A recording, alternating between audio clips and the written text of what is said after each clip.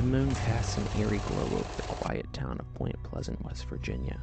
A chilling tale unfurls, a tale that has haunted the community for decades, and the heart of the night whispers echo through the mist-laden streets, recounting spine-tingling encounters with a winged enigma known as the Mothman, his silhouette etched in the collective nightmares of those who have glimpsed it.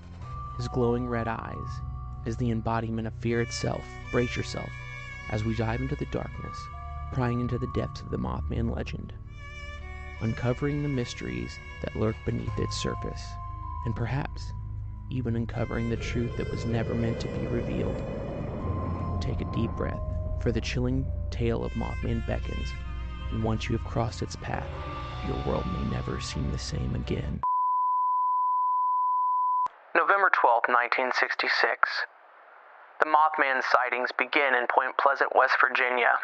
5 men digging a grave at the cemetery claim to see a large flying creature with glowing red eyes. 3 days later, November 15, 1966, 2 young couples, Roger and Linda Scarberry and Steve and Mary Mallett, report encountering a large winged creature near the abandoned TNT area of Point Pleasant. They describe it as a man-sized figure with glowing red eyes.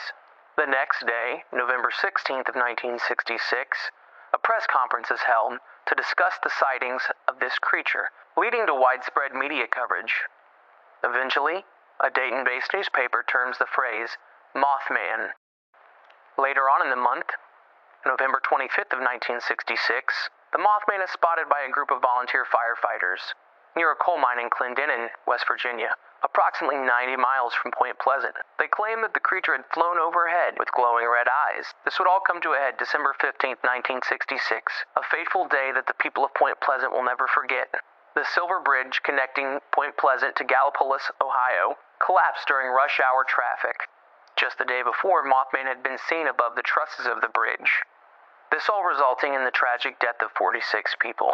Some speculate a connection between the collapsing of the Silver Bridge and the Mothman. Mothman sightings continued throughout the years, but with reduced frequency compared to the last several months. Some witnesses claim seeing the creature as a harbinger of impending disaster. What's going on, guys? Before we get into it, if you're not already, please like and subscribe. And if you're listening to us on any of the podcasting platforms, please leave a review. If you can already tell by the title and the intro, we're going into the Mothman legend on this episode. This is one that I have been looking forward to doing for almost a year. The complicated thing with it is that there is a lot that goes into the Mothman legend, and it's one that you can go down all kinds of curves and all these different roads when you're looking into it. So it's kind of a hard one to stay on topic with. So we will not cover every single thing connected with the Mothman incident or the Mothman prophecies in this episode, but we will try to do our best to hit all the highlights. One topic I kind of want to hit on before we go any further is the topic of the curse of Chief Cornstalk. So Chief Cornstalk was a part of the Shawnee tribe. He had been in the area of Point Pleasant for a while. He was there at the Battle of Point Pleasant in 1774. Eventually in 1777, him and his son went to Fort Randolph to strike a peace arrangement between the Shawnee and a local landowner.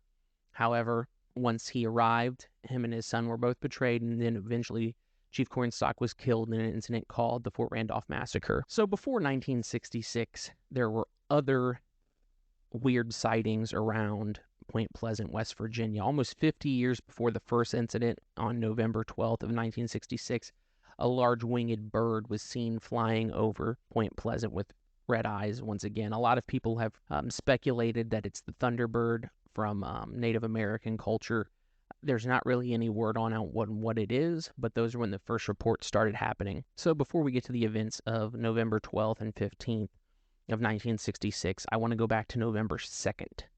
On November 2nd, a prominent businessman or a traveling salesman of sewing machines named Woodrow Dernberger, he was traveling home from Parkersburg, West Virginia, along Route 77, or Interstate 77, if you will, to his home in Mineral Wells, West Virginia, when he was confronted by what he describes as a cylindrical craft coming down and a man getting out and speaking with him. We're going to go ahead and listen to a recording of Woodrow Durenberger explaining the events of that night. Well, I am a salesman, and I drive a truck. And last night, shortly after 7 o'clock, I was coming from Marietta, Ohio, coming down Interstate 77. And just before I came to the intersection of Route 47, there was a car past me, overtaking me from behind. And following closely behind this car was this unidentified flying object. And as the car behind passed me, this object was following close behind it, and it swerved directly in front of my truck, turning crosswise. And when it turned crosswise, it slowed down. It started slowing, not abruptly or too fast, but it gave me plenty of time to step on my brakes and slow down with it. But it forced me to come to a complete stop.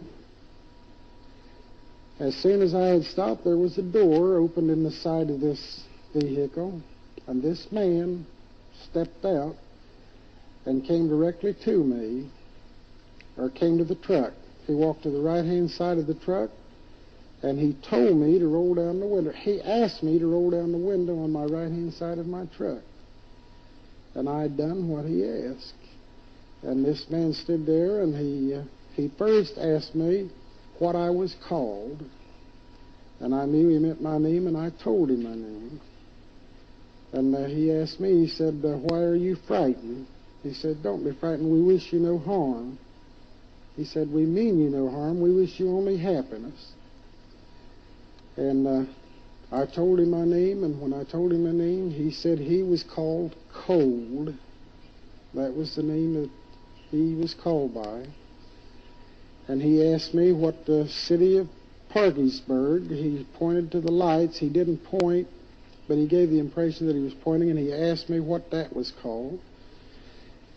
And I told him it was Parkersburg. It was a city, a town.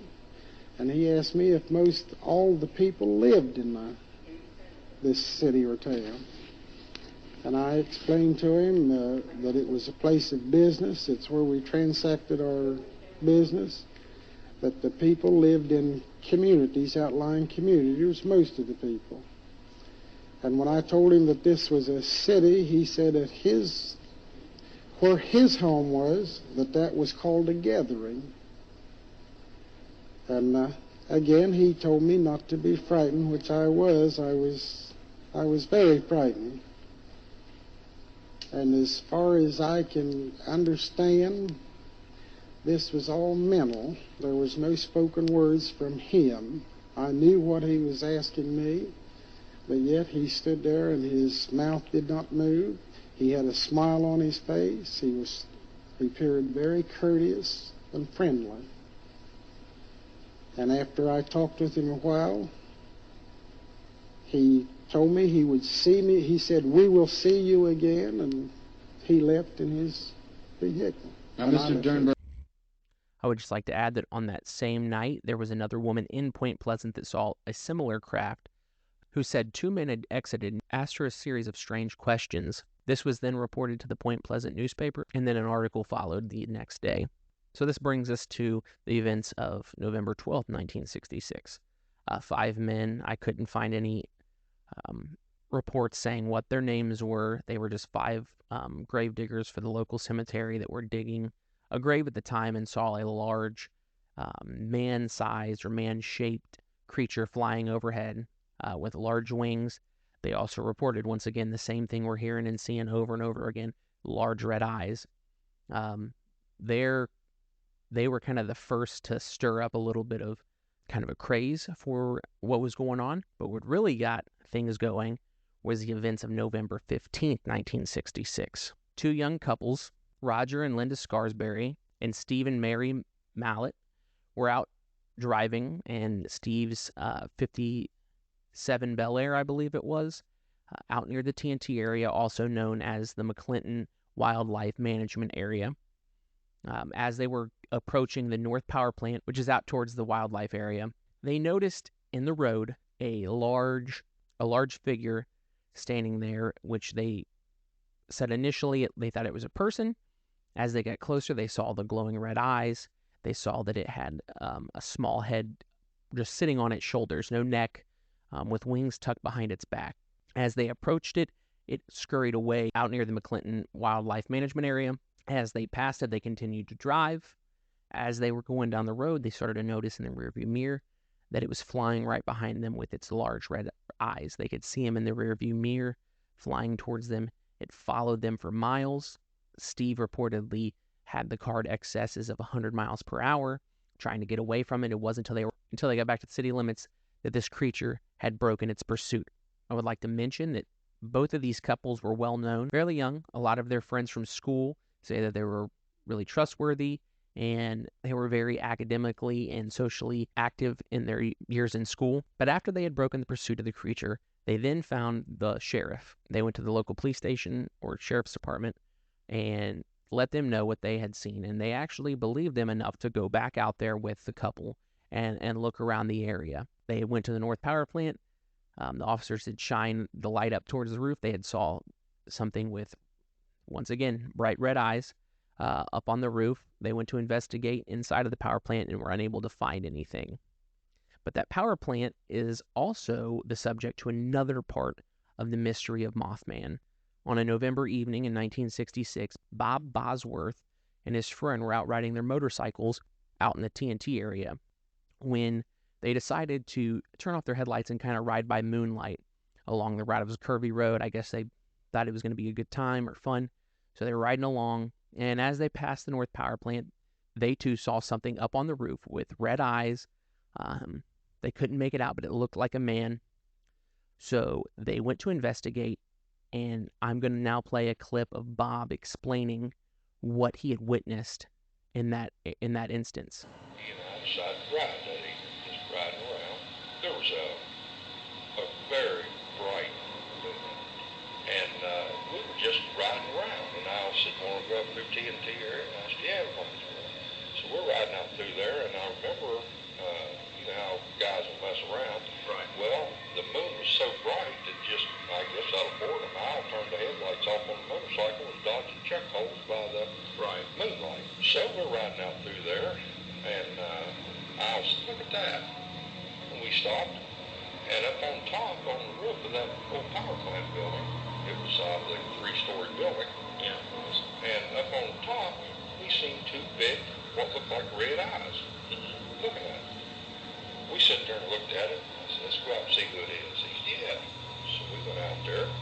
Well, we stopped at right there underneath the building. Maybe like an entranceway. Yeah, we stopped right there, and we looked up.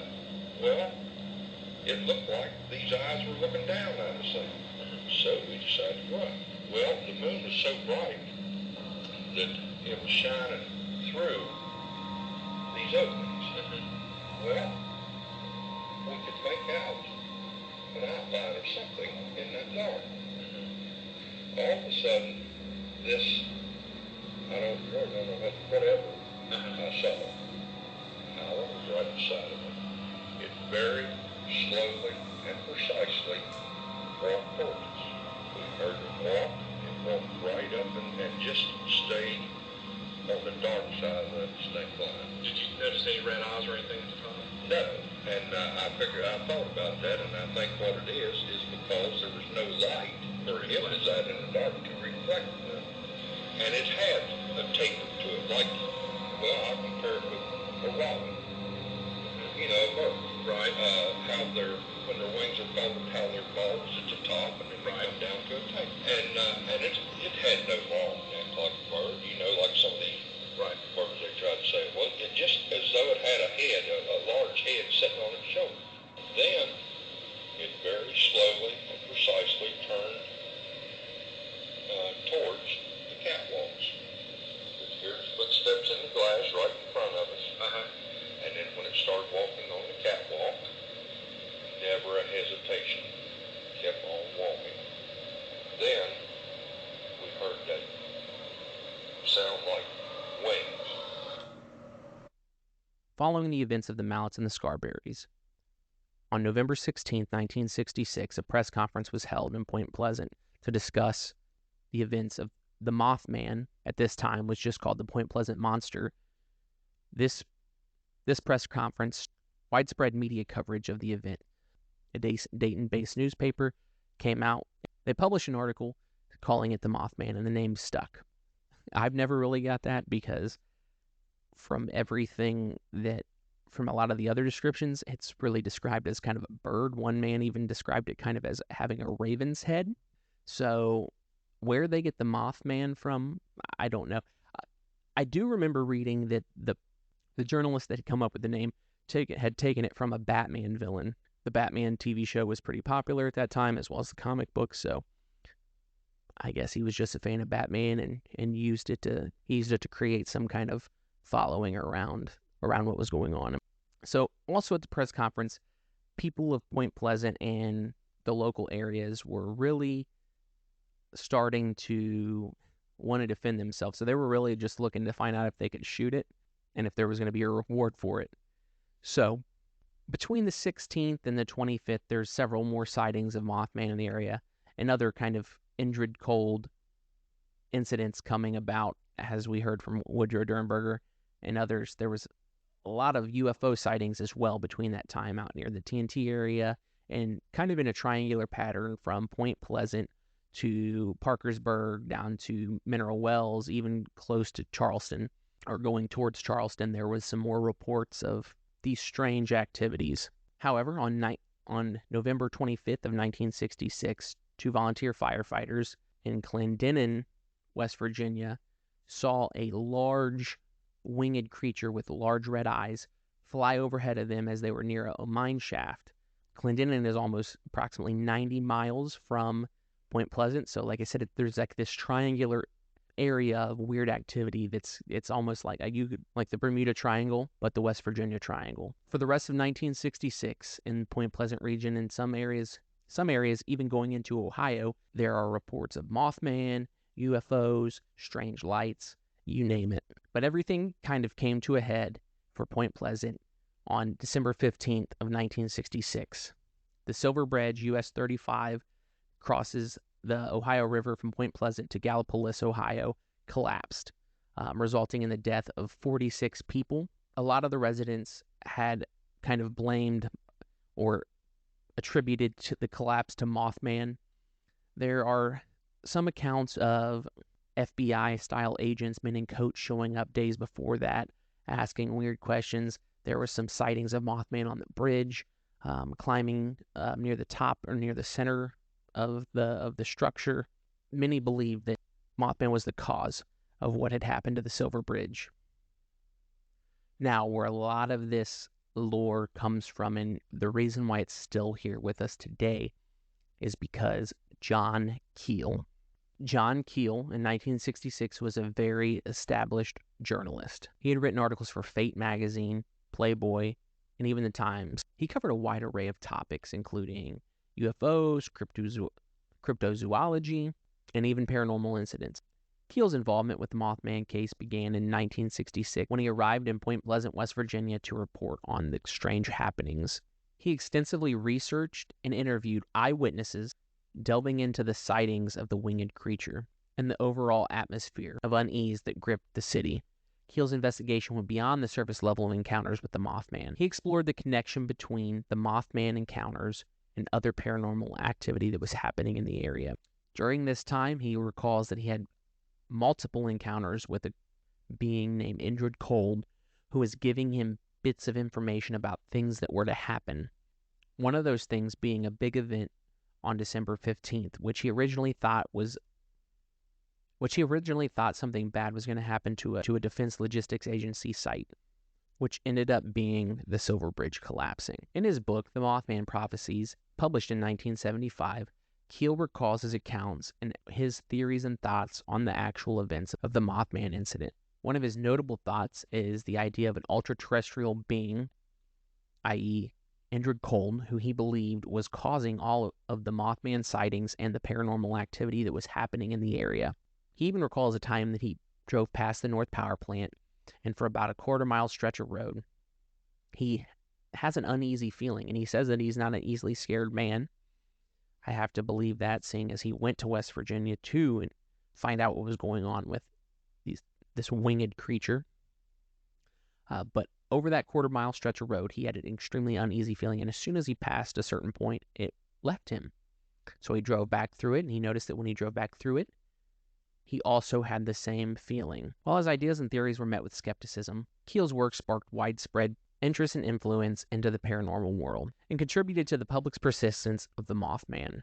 Keel's research and writing on the Mothman phenomenon continued to inspire and captivate those intrigued by the mysteries of Point Pleasant. His contribution to the field of cryptozoology and his unique perspective on the Mothman have left a lasting legacy on the realm of the unexplained. Okay, so now that we're going to try to unpack all of that.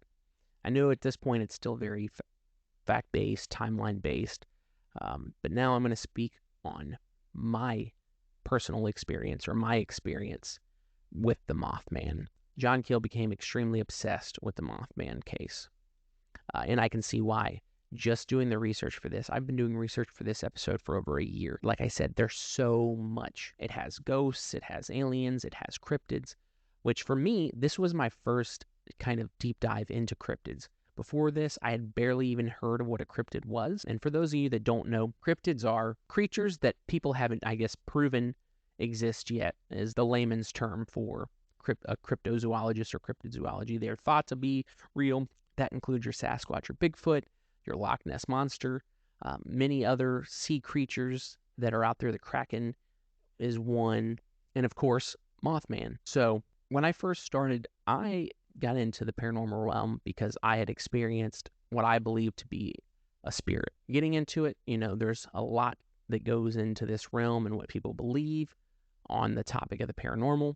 There's people that believe in the occult. There's people that believe in only UFOs. Mothman was the first time getting into it. I was studying something that was kind of like, oh, this seems hokey. But the more that I got into it and the more I saw that it had other things connected with it, weird incidences that were connecting with it, really resonated with me, because that's why I started doing this, was to find out if these things were at all connected. John Keel captures that perfectly in his book, The Mothman Prophecies.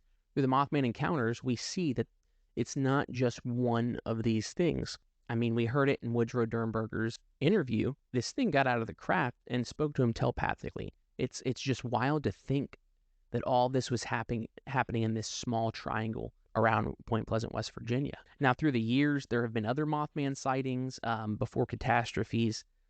There was some that happened in Spain.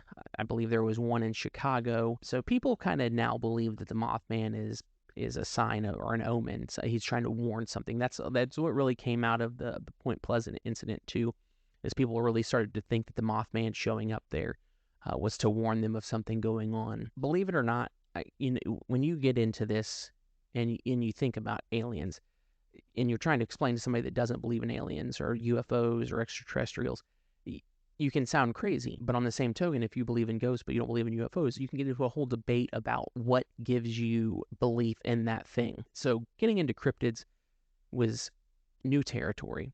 But as I got into it, it's something that I realized that you can't really pick and choose what you believe when it comes to this. You can. I'm not ruling that out. But what I'm saying is, when we're all talking about things that we're trying to prove at the same time, it's kind of hard to discredit somebody on those grounds for me. So at least I like to do my own research and see if I can come to a conclusion that points to it not being there. So I have a very small interaction with the town of Point Pleasant, West Virginia. At a time, I was living in North Carolina. I'm originally from Ohio, and when I would drive home, I would take US 35 through there. I never even knew that the name of the town was Point Pleasant. I remember seeing signs, but I never put two and two together that I had driven through there till I started looking at maps of it and seeing the name Gallipolis, Ohio, because that was always a stop where I would stop for gas. But when I would travel, it would always be night already. And I would usually be one of several cars on the road. And it was an extremely, extremely weird and uneasy feeling driving through there at night. I didn't see the glowing red eyes, but there were things at times where I swear, I always chalked it up to I had been driving for too long, or it was night, and I would see things there. I would see things that I didn't really think were there. Weird shapes, things moving across the road. And it was one of those things that I always was really on ease driving through there. And when I would return back, it would always be during the day. And I would never have any of this weird stuff happen to me when I was driving back through the day. The Mothman journey is one that will suck you in as soon as you start to do your own research on it. And like I said, it has everything you could want. And the stories are countless for the time. In this episode, I just tried to hit on key ones that kind of map together a cohesive understanding of how you got there, and then tied in Keel's. And John Keel interacted with many of these people that had these incidents, and he was there actually when the Silver Bridge collapsed. So it wasn't like he came, reported, left. He came, he would leave, he would come back. He developed relationships with these people in Point Pleasant. But this is just the beginning of our journey into the cryptid world. Who knows which one we'll do next?